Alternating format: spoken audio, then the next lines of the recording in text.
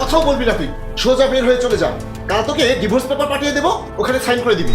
তুমি আমার স্বামী, আর তুমি হঠাৎ করে এমন কেন করছো? আমি তো কিছুই বুঝতে পারছি না। আগে তো কোনোদিন এমন করোনি, কিন্তু আজ হঠাৎ এরকম কেন করছো আমার সাথে?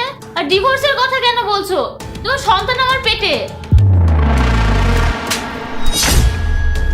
কি হয়েছে তোর? তুই এরকম বৌমার সাথে অসভ্য আচরণ কেন করছিস? মা, তুমি কাকে বৌমা ডাকছো? জানো ও কি করেছে? কি করেছে? ফেসবুকে সে তার নাগরকে তার নগ্ন দেহের ছবি দিয়েছে। এক একটা না, অনেকগুলো ভিডিও আছে।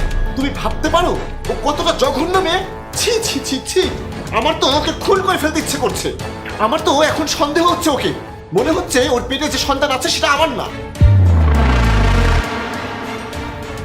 জাহিদ, এই জাহিদ, এসব কি শুনছি? এসব কি সত্যি বাবা?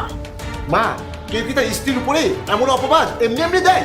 আমার কাছে তার সব ভিডিও আছে। তার নাগর এসে আমাকে দিয়ে গেছে আর বলে গেছে 5 লাখ টাকা না দিলে এই সব ভিডিও ফাঁস করে দেবে। ছি, আমার ভাবতেও ভীষণ অবাক লাগছে যে এতদিন আমি তোমার মতো ছোট লোকের সংসার করে যাচ্ছি।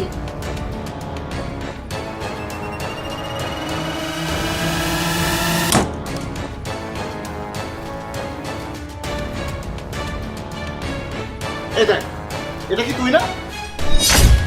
এটা কিভাবে সম্ভব জাহিদ? আমার মাথা ঘুরছে, আমি বুঝতে পারছি না এটা কিভাবে হলো। কি রে, তুই তো আগে আমাকে ছোটলোক বললি, এখন বল সত্যিকার ছোটলোক কে?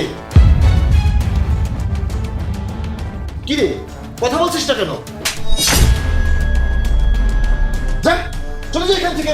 নষ্টা কোথাকার, তোকে দেখলেই এখন আবার বমি পাচ্ছে। ছি ছি ছি। কি হলো, তোর কথা কান দিয়ে ঢুকছে না? এমনি এমনি যাবি নাকি তোকে ঘাট ধাক্কা দিয়ে বের করে দিতে হবে? বিশ্বাস করো, আমি এসবের কিচ্ছু জানি না।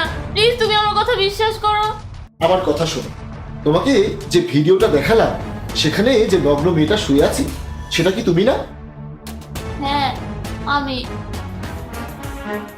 যা, বেরিয়ে যা। সব তো তুই নিজের মুখেই স্বীকার করলি। এখন তুই তোর নাগরের কাছে যা, যাই এখান থেকে। এখনো তুই আমার কাছে থাকতে চাচ্ছিস? আমার এখানে তোর কোনো জায়গা নেই। কালকেই ডিভোর্স লেটার পেয়ে যাবি। ভাইয়া, তোমার যে কোনো কাণ্ড জ্ঞান নাই দেখছি। এখন আধুনিক যুগ, কম্পিউটারে এডিট করে মানুষ ব্ল্যাকমেল করে।